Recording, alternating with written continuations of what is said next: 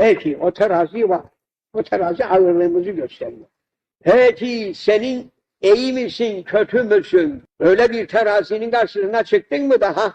Kalbini gösterecek teraziyi yapmazsa var. Onu gösterecek teraziler de var ama böyle madeni terazi değil o. O madeni teraziyi sen yaparsın. Senin kalbinin ne olduğunu sana ayan beyan edecek başka teraziler vardır. Mizan sahipleri vardır.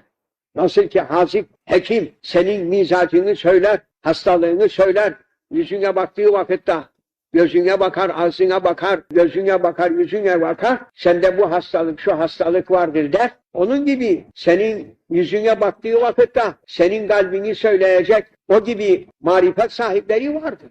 Ama aramazsın ki, aramazsın. Karnın ağrır, dişin ağrırsa hekim ararsın.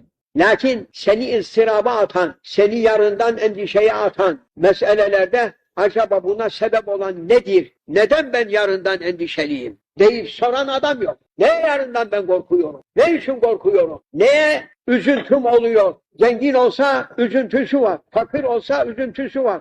Bey olsa, paşa olsa üzüntüsü var. En yüksek rütbedeki kimseden tut, bütün insanların yarın hakkında bir üzüntüsü var. Ama ne için? Niçin o üzüntü geliyor sana? Demek ki sen taklittesin.